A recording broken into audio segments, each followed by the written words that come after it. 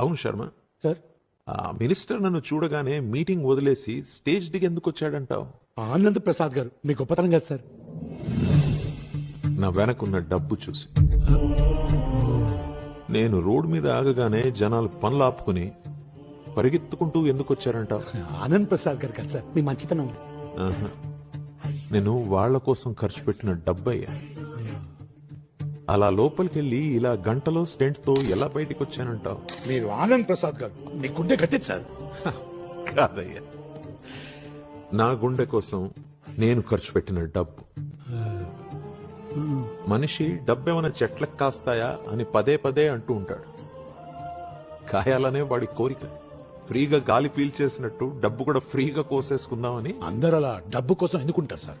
నాలాగా డబ్బును అలా తీసేసి అభిమానంతో పనిచేసే వాళ్ళు ఉంటారు సార్.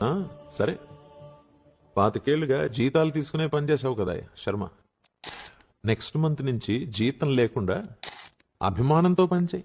అయ్యో సార్, అంటే ఫుడ్, డబ్బు, శాలరీ, ఫీజు. ప్రపంచానికి తెలిసిన పంచభూతాలు 5, కానీ 6వ భూతం ఒకటి ఉంది, అదే డబ్బు.